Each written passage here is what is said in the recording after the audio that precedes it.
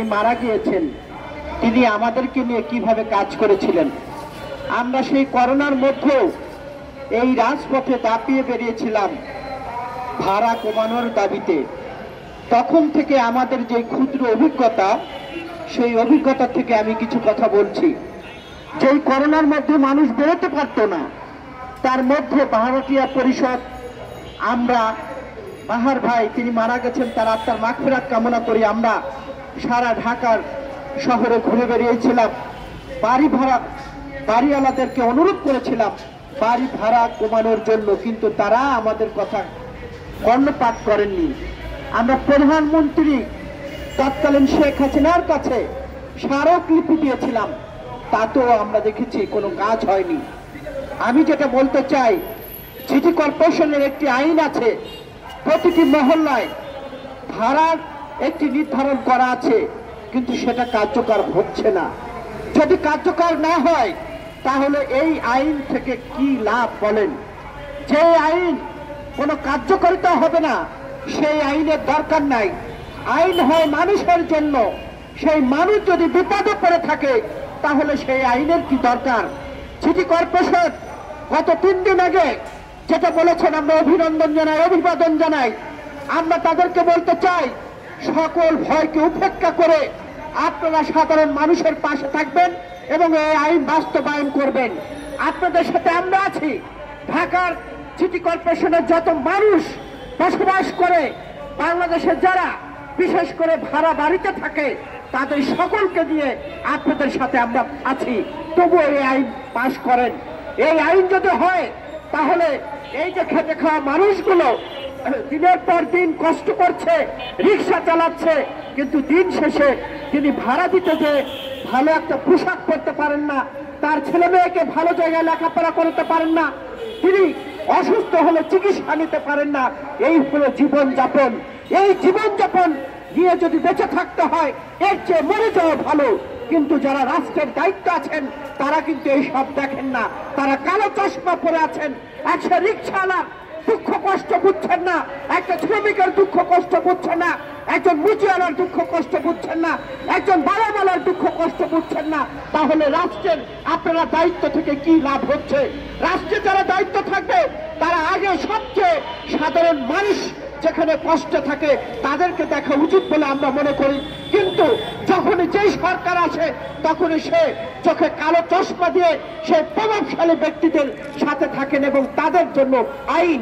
যদি আমি বলতে চাই, আজকে যদি সেই রিক্সাওয়ালা অসুস্থ হয়ে টাকার অভাবে মারা যায় তাহলে ওই জীবন রেখে কি লাভ? যদি বাজারওয়ালা অসুস্থ হয়ে মারা যায়, তার চিকিৎসা হয় না, তারপর চিকিৎসা হয় না, তার ছেলের চিকিৎসা হয় না, তাহলে এই জীবন রেখে কি হবে বলেন?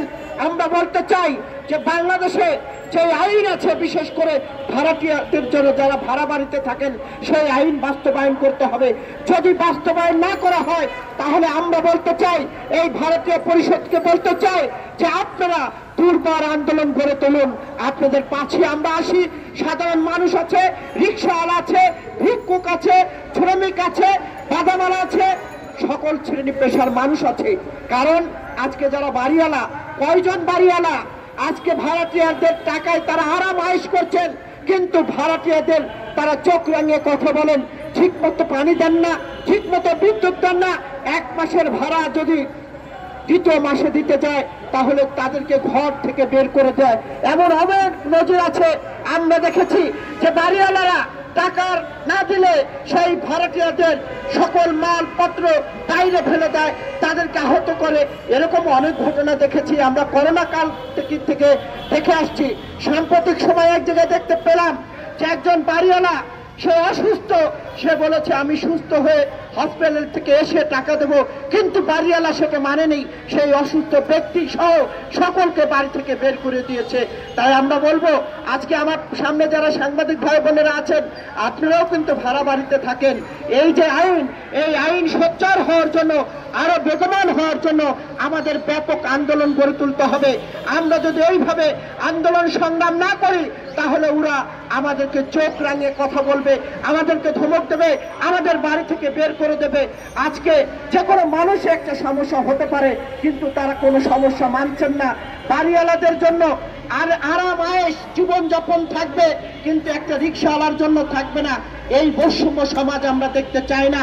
বাড়িওয়ালার জন্য আরামায় জীবনযাপন থাকবে, একজন বালামালার জন্য থাকবে না, মুচিওয়ালার জন্য থাকবে না, যারা ভুয়া কাজ করে তাদের জন্য থাকবে না। এই ধরনের বৈষম্য রাষ্ট্র এবং সমাজ ব্যবস্থাপনা ভেঙে দিতে হবে। যদি ভেঙে না দেই তাহলে এই সাধারণ মানুষের অবস্থা কি হবে একবার চিন্তা করে দেখুন।